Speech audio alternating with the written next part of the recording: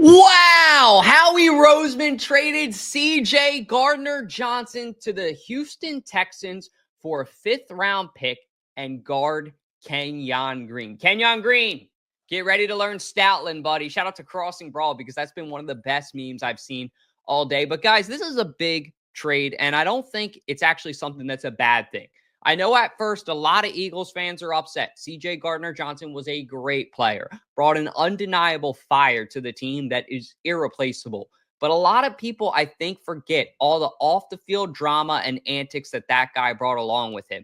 I think Howie Roseman sees through that, and he sees that this guy has to insert himself anytime that there's conflict, even when it doesn't involve him. And I think Howie Roseman is looking at that from a bird's eye view going, I don't want that to explode on us midway throughout the year next year.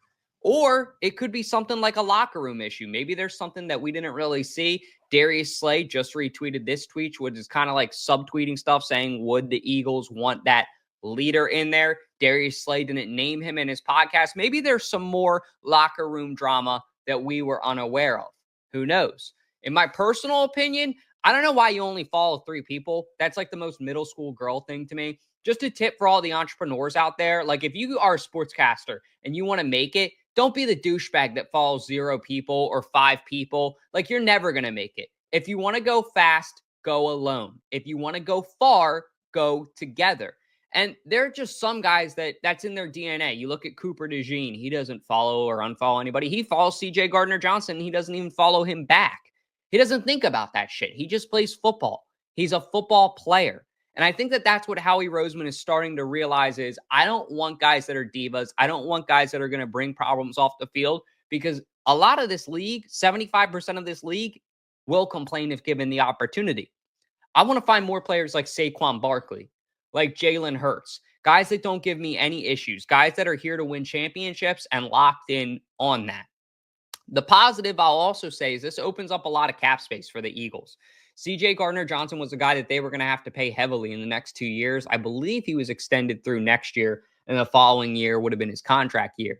But they would have had to float a lot of money into this safety. And I think with everything in the contract extension, C.J. was just coming back, getting ready to ask for more.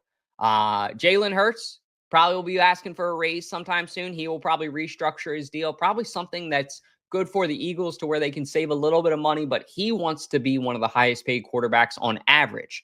So I think with all that coupled together, this move of letting CJ GJ go in a trade actually may not be a bad thing. It definitely stings right now. The Eagles are looking at a gaping hole in their secondary, but I also hear a lot of Eagles fans complaining, forgetting the fact that 3 out of our 4 players in the secondary are still Pro Bowl caliber players. Let me repeat that. 3 out of our 4 players in our secondary are still Pro Bowl caliber players. You got Quinyon Mitchell, you got Cooper DeJean, and Reed Blankenship, who has really came into his own. So at worst, you're still in a pretty good scenario. Like if you would have told me a couple years ago, especially during like 2014, 2015, when we were going through that whole era, that the Eagles would have this good of a secondary at some point in my life, I'd tell you were crazy. It's one of those things where don't cry because it's over, smile because it happened. And I know a lot of Eagles fans are looking at this defense and this secondary going, will it ever be that good again? It will be. Give it time. It may not look that good on paper going into the season next year, depending on who they move there. I really think CJ Gardner-Johnson, or not CJ Gardner-Johnson. I really think Sidney Brown can step up to the role and do a good job replacing CJ. But it's all going to, it's all going to fizzle itself out. We're going to see if they decide to take somebody in the draft. I think Malachi Starks from Georgia would be a great pickup. I'm sure they're keeping an eye on him. And a lot of fans and a lot of Eagles fans also forget that the Eagles also brought in from the Vikings Lewis Cine or Sign. I apologize if I'm mispronouncing the name, but he's also another Georgia Bulldog who has experience with Keely Ringo, with Nakobe Dean, Jalen Carter, and Jordan Davis. I think what the Eagles are trying to do is 2 things. They're trying to get younger, and they're trying to find guys that are great locker room presences. If they can build the ultimate locker room and have fun, it's going to be great. I talked about that in another one of my videos saying I would have kept Darius Slay around for all that he brings to the table as a leader in the locker room, making work fun. You can't buy that.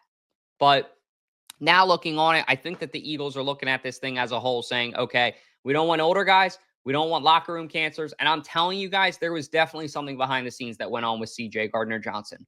Whether he asked for a raise and didn't get it, whether he said something to someone in the locker room, whether someone said to him, like Coach Sirianni or Howie, hey, stop associating and getting involved with everything that you don't need to be involved to.